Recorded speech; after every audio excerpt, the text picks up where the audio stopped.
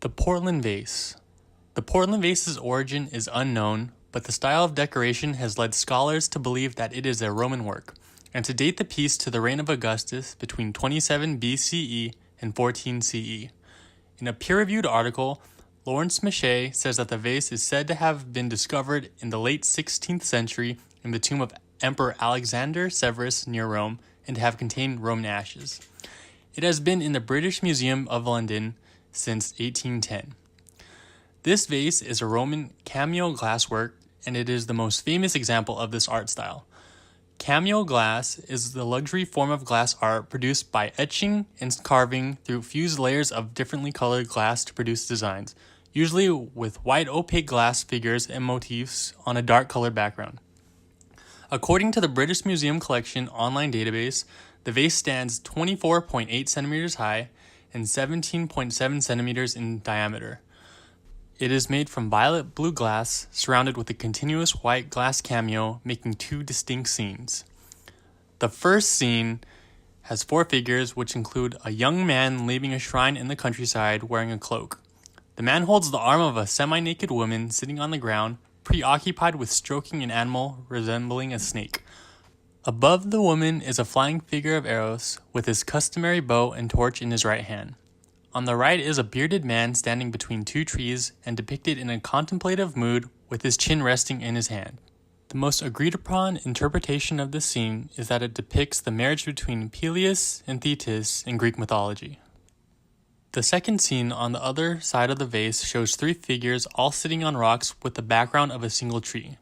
On the left is a young male next to a column or pillar, while in the center is a young woman with her arm raised to her head, holding a torch that hangs down to the ground. On the far right is another half-dressed woman who holds a scepter or staff in her left hand. This scene is interpreted to have been Peleus' and Thetis' son, Achilles, who after his death was carried by his mother to the White Island in the Black Sea. The column of Marcus Aurelius. Marcus Aurelius' column was actually not built by Marcus Aurelius himself, but by his son Commodus at about 190 CE. His son wanted to remind the Roman people about his father's victories in the wars against the Macromani and the Samaritans. The column carries representations carved in high relief of the emperor's successful military campaigns. The column presently stands 39 meters tall, but another 7 meters of the base remains underground, never to have been excavated. Originally, there was thought to be a statue of the emperor that capped the column, increasing the overall height of the column by 4 meters. This would match the measurement for the column of 51 meters mentioned in the Roman legionary catalogs.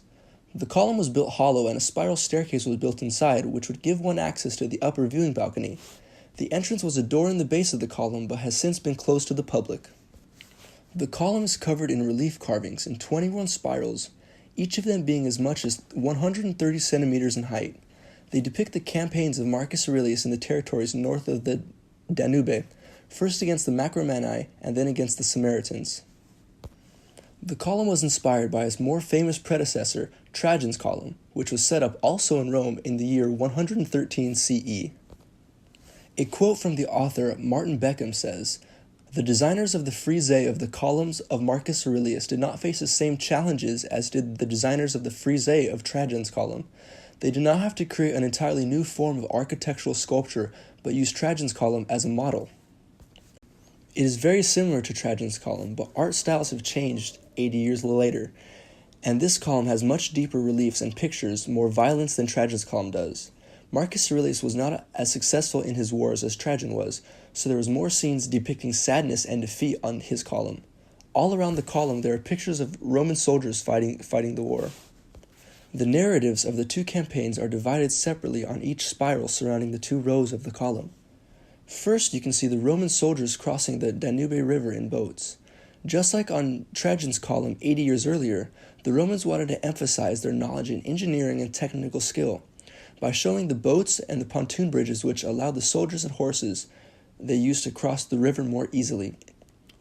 The majority of episodes are those from the battlefield, but there are some interesting background scenes, such as the emperor addressing his troops. The reliefs are a typical style that would later come to dominate the Roman sculptures. There is an emphasis on the story beginning in the foreground and having the background characters be much smaller and not in proportion with the surroundings, their heads being larger, limbs being smaller or outstretched, and little to no facial features.